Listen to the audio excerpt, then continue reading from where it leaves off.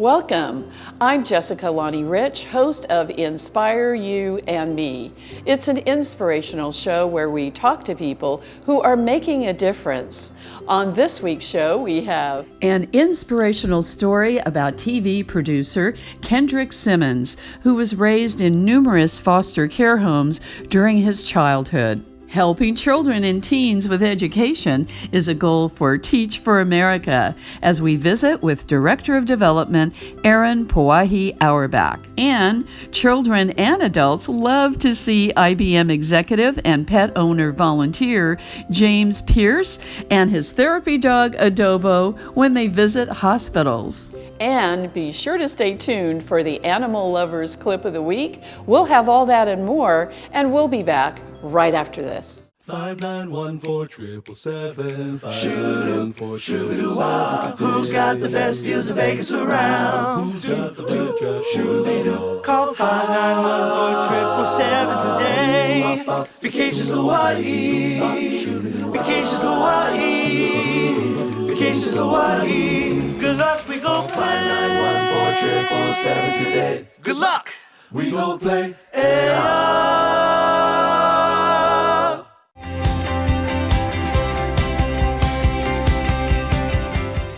We are pleased to have as our special guest on the show. He is the CEO of K. Simmons Productions, Kendrick Simmons. Welcome. Hey, thank you so much, Jessica, for having me on the show. I really appreciate it. Kendrick, you have a fascinating story. You grew up in the foster care system. Now you're all grown up. What was it like? I entered into the foster care system at 1.5 years old, and I stayed in the foster care system until I was 11. I had 11 different foster homes. Growing up, you never really trust anyone because I didn't understand as a child that as a foster person, when you are with a family, and at that time it was mostly all single women as my mothers, but I didn't understand that after a certain amount of time, like a year, you are taken out of the home and placed into another foster home. So at that time, I didn't really understand that. So it takes a year to get attached to the mother. It takes a year to get attached to the students in school, a year to get attached to whatever friends that you might have at that time. But then at that time, you are yanked away. So there's a lot of kicking and screaming and mommy, no, and don't understand what's going on. And that happened around 11 different times. So as a result to it, being attached to individuals, trusting individuals and things like that is just something that was just thrown out of the window. You know, school was not important to me because I'd be in one school learning one thing and then I'd move to another school learning a whole nother thing. And it was just very difficult as a child, but even as a child, I didn't really understand anything about that. I just understood that one minute there's something there, someone there that you have grown to love and trust, and then the next minute you're being yanked away. So when I was 11 years old, I was actually adopted, and at the time I didn't understand what adoption meant as well. And how did it feel?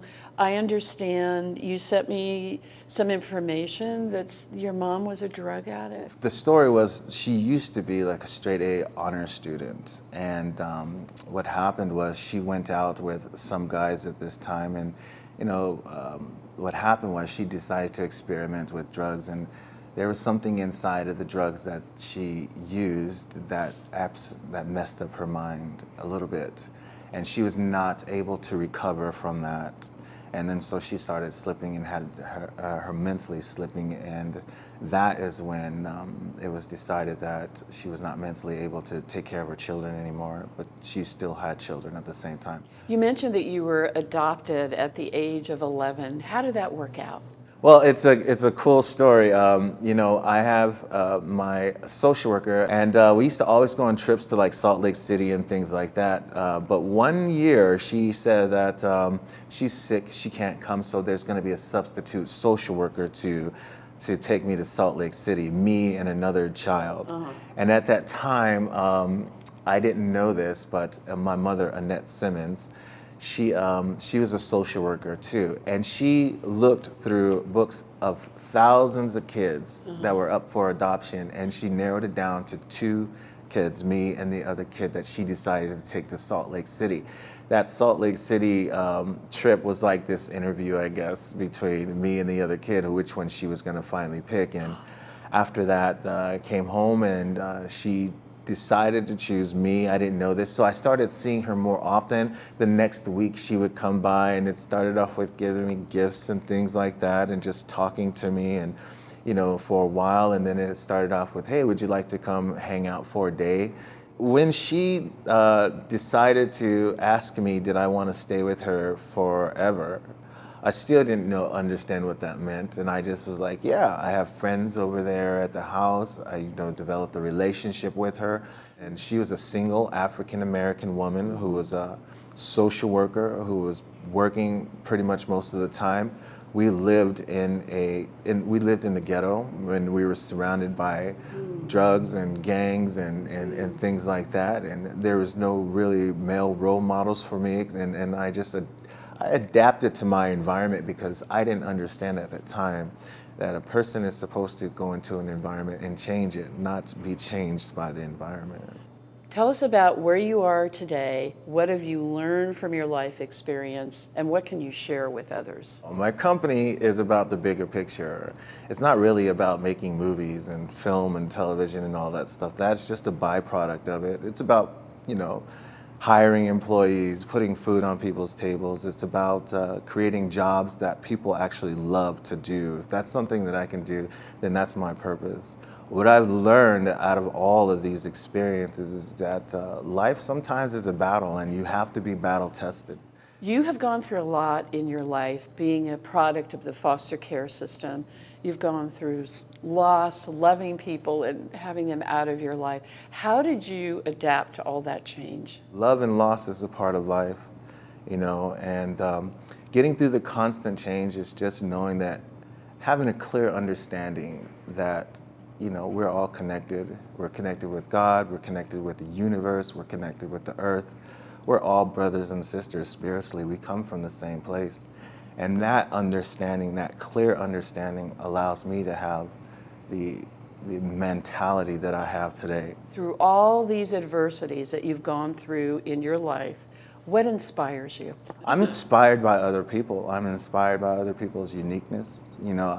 I feel like we all have some type of special spirit about us, and if we all find a way to come together somehow, then there's like so many powerful things that we can do together. I'm inspired by other people's lives, just like you. I'm inspired by other people's stories. I'm inspired by, I just want to be remembered as someone who, started from, as Drake would say, started from the bottom, now we're here, Yeah, and Kendrick, thank you so much for sharing your life story of going through the foster care system and where you are today, which is a man who wants to make the world a better place and who has a wonderful outlook on life. Thank you so much. I really appreciate that. And, I wouldn't be here today if it wasn't for an individual such as yourself who loves to give these stories to people. I kind of heard you saying the other day, you can give money, but money's monetary. It's to love, and time. Time is first. It's the most valuable commodity that anybody has. We never know how much we have, and how a person spends their time, it just shows the true nature of an individual. And you spend your time sharing people's inspirational stories. You're wonderful.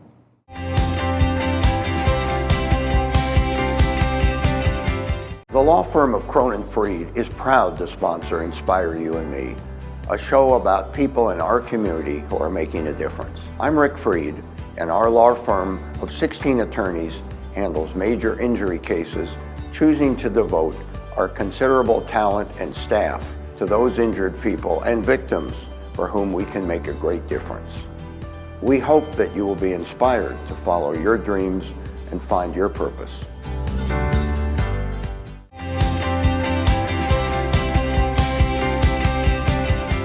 We are very pleased to have as our special guest on the show. She is a Director of Development for Teach for America, Erin Auerbach. Welcome, Erin.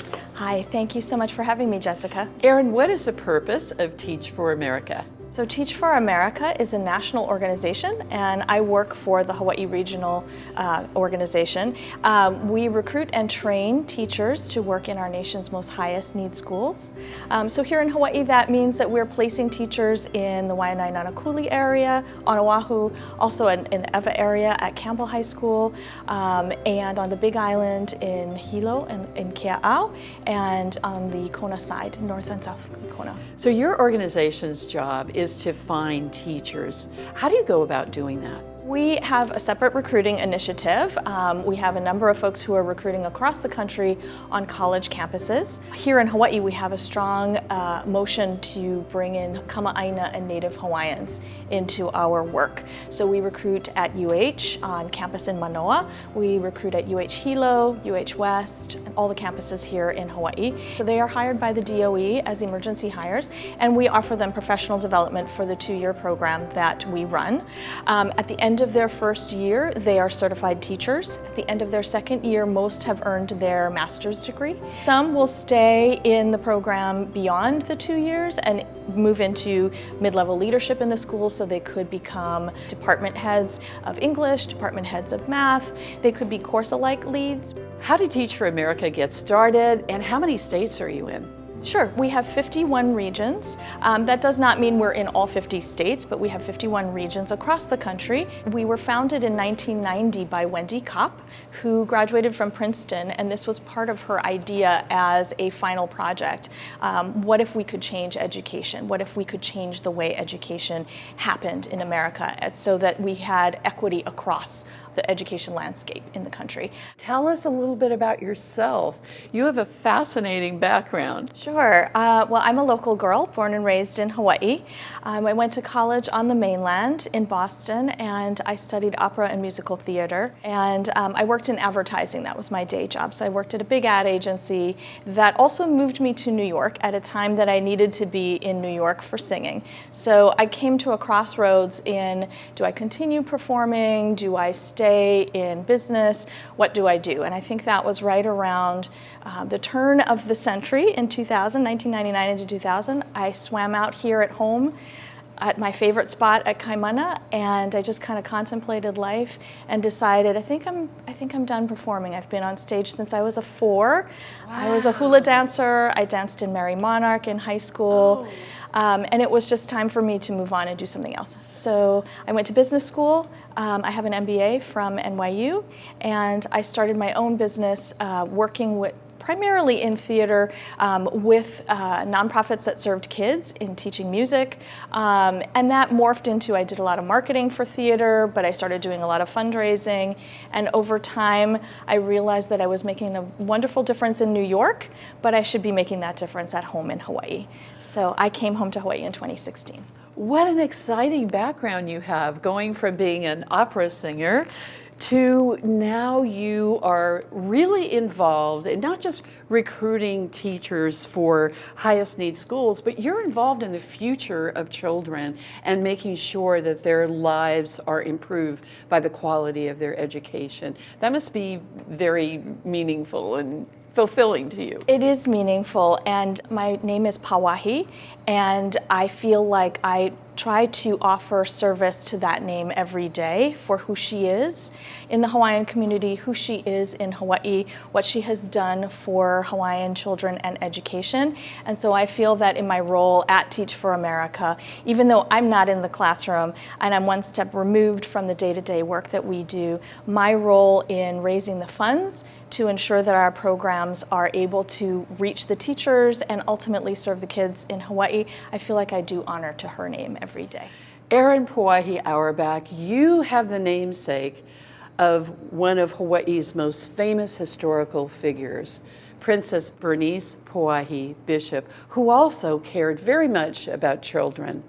What inspires you? For my work, I am really truly inspired by the colleagues that I work with every day and the teachers that we work with. We just most recently had one of our alumni teachers receive the 2020 Hawaii State Teacher of the Year Award. Wonderful. And she is the second teacher in a row, 2 years running, that has won this award who is a TFA alum. So we're really quite proud of that, and I'm inspired when I go into the classrooms and I take donors on visits into the schools that we place. I'm inspired because the classrooms look like the classrooms that I went into, that I experienced growing up here. I think Teach for America Hawaii is really a well-kept secret, and we need to not be that. So I'd like more people to know about the wonderful work our teachers are doing in Hawaii's classrooms and the impact that they're having on our kids, the achievement that our kids are seeing in the classroom. We have teachers who are making several grade levels of reading improvement with kids that they're teaching. So they might be 9th grade students, but they're not reading at the 9th grade level. They might be reading several grade levels behind, and we're catching them to bring them up 2 years, 1.5 years, but move them forward and help them achieve and really see the potential in themselves. And many are going off to college and excited about opportunities for the future. Erin, thank you so much for being a guest on our show, and I wish you continued success in everything that you're doing, and thank you for basically helping out the future of America. Thank you so much for having me, Jessica. Mahalo.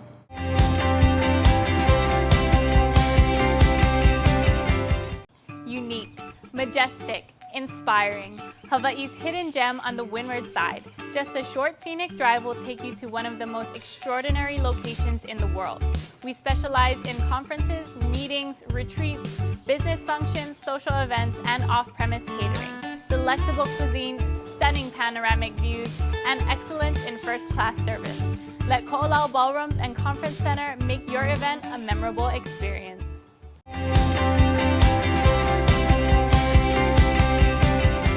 We are really glad to have as our special guest on the show. He is the Senior State Executive for IBM, and he's also a pet visitation volunteer for Kaiser Hospital. Please welcome James Pierce. Welcome. Thank you, Jessica. I'm glad to be here. And it's really wonderful to have you, and we have to introduce Adobo. Adobo. James, tell us about your work at IBM. As you mentioned, I'm the state executive, so I'm responsible for IBM in Hawaii and in Guam. And I also run a worldwide team called Digital Engagement. So we concern ourselves with ways to make the digital experience on the IBM.com venue more pleasurable for customers, as people want to try out cloud technologies, and my team makes it very easy to do that. You've been involved for a while with the pet visitation program. You're a pet parent to Adobo. Share with us a little bit about the pet visitation program. Sure. So we've been doing it at Kaiser probably about 5 years, and I really think that Kaiser, as well as the Humane Society, we volunteer there as well, I think they run a great shop on how to manage volunteer services, because they have many, many volunteers there. And it's a really great program. It's fun. It's personally very rewarding. Tell us a little bit about Adobo. How old is he? How long has he been doing this? And he is a therapy dog. Tell us about that too. Sure. So Adobo, who is a golden retriever and poodle mix, so he's Hapa, right? A golden doodle. He's from the Big Island. And I actually also have his brother at home, also from the Big Island. He's 7 years old, and it took about 2 years to get through all of the obedience classes and so forth. So we've been at Kaiser probably 4 or 5 years. What is the process and training involved with therapy dogs? So first we should probably make the distinction between a therapy dog and a service dog. So a therapy dog, you can go up and you can pet them and love them. Yeah. That's their job. Yeah. A service dog tends to have much more training, and it's very specialized to help people get around their home. And he went to about 4 or 5 obedience classes. I personally recommend Obedience Club of Honolulu. So once you go through that, there's a test called Good Canine Citizenship, I think it's called, and you go through some basic obedience tests. Once that's completed, then depending on where you're volunteering, they have another set of tests. In addition to obedience, they need the right temperament. So Yes. my other dog is super obedient, but I'm afraid he's a little bit skittish. James, how did you get involved with the pet visitation program? So I'm glad you asked, because that's pretty much, I think, a really neat part of the story. So my mom had a neurological disorder that unfortunately had her in the hospital for a long time. And she wasn't ambulatory. And so obviously I was in the hospital with her. And after a while, it's like daytime TV and cable news. There's not a lot of options, right? And I asked her, I'm like, Mom, how do you keep from going crazy, right? And she told me, she's a big dog lover, she told me that there was a pet visitation program at her hospital that came once a week. And she goes, I really look forward to that. And so I promised my mom right then and there, I didn't have, the dog I had was not acceptable for that, but I told her the next dog that I will absolutely make it happen. That's quite an interesting story. How's your mom doing now? Much better, actually. Amazingly, it was a long process, but she's probably 90% as ambulatory as she was originally. But it was just a long process. What happens when you and Adobo walk into a hospital and you visit the patients? What kind of reaction do you get? For the most part, quite positive. So what we do is we go room to room, floor to floor, and we start in pediatrics with the children, the keiki. And to be honest, it's really rewarding. Some days there's a lot of visits, some days there's only a few. Some days it seems kind of cursory, and other days it's very in-depth. But in general, to see the keiki or the adult light up and see the change, I mean, it's really meaningful. It's hard to really even put it into words, because a lot of the kids and the adults they have real problems, right? So it helps keep me sane and put things in perspective in my own life. Adobo, that's quite an interesting name. How did he get his name? Well, my wife's Filipina, and we thought it might keep him in line. And I actually wanted to name the other one Ponsit, but you can't have sit in the name, right? It's a command word, so the other one's named Ponzu. The name of our show is called Inspire You and Me. James Pierce, what inspires you? To be honest, I see a lot of good. So if you spend too much time watching cable news, I don't think it's a very positive, uplifting message. But if you look around your local community and you see what people are doing, as you know, I'm a Rotarian as well, and I'm really inspired by what I see. I like to see individuals making a difference in their own community. James, there must be times when you walk into a hospital room and it's difficult seeing a patient there. Share with us about that. For me personally, it was very hard at first. In certain scenarios tend to be more personal, right? So I have a little baby now, a little toddler, and when I see 2-year-olds that are battling cancer, and I just think to myself, oh my goodness, what are they going through? What are their parents going through? And so from that perspective, it is very difficult. James, what else can you tell us about Adobo and you that you haven't already shared with us? Okay, well, what do I love about Adobo? Pretty much everything. He is he's perfect for this role because he's a lot of dog to love, and he needs a lot of love. I mentioned the Humane Society. We often go to elementary schools, and it's really interesting to watch Adobo. He seems to be empathetic to make sure all the kids can pet him. And the funny story is, if you can imagine a whole lot of third graders, which is a lot of energy in a room, and they're all circled around, all trying to pet Adobo. And of course, the smaller child might be stacked three deep, and Adobo will use his weight to kind of make his way to the child who didn't get to pet him. And so, and that's a true story.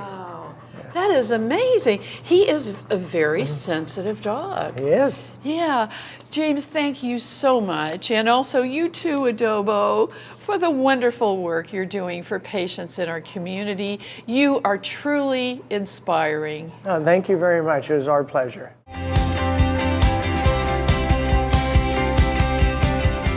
When you feel like Vegas, there's just one place to stay. Find it at the Cow. Grab a drink at the Holo Holo Bar. There's just one place to play. Find it at the Cow. We got a fresh, hot look, a new sports book. We got those local meals, just like Auntie cooks. Aloha spoken here. Bet you find it at the Cow. Look now at thecow.com.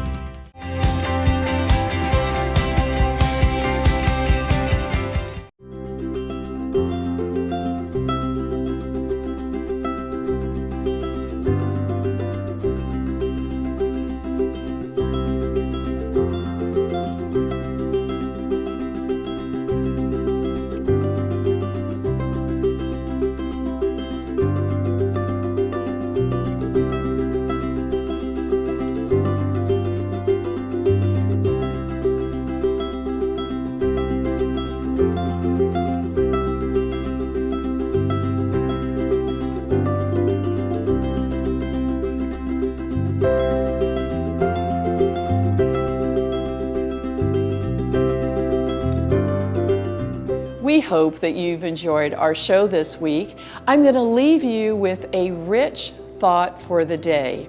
Sometimes it helps just to be still.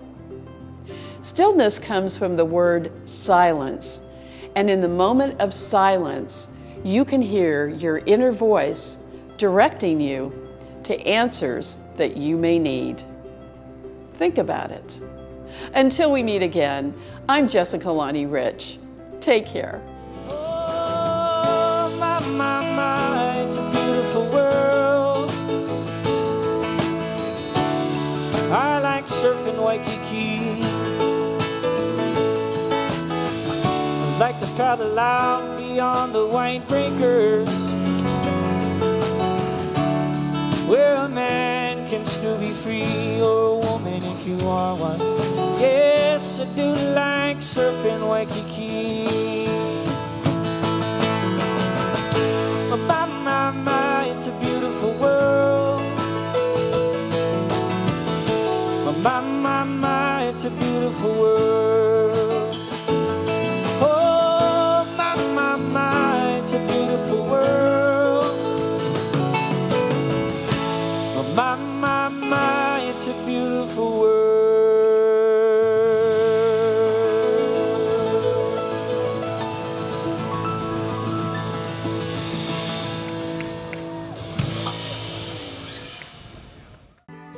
The hardest thing in life is letting go of a loved one. Finding the right provider can be essential in your time of need. Celebrate your loved one with Ballard Family Mortuaries.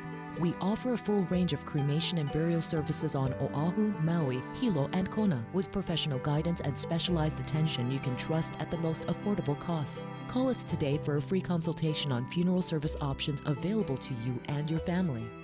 Ballard Family Mortuary Group, serving Hawaii since 1997.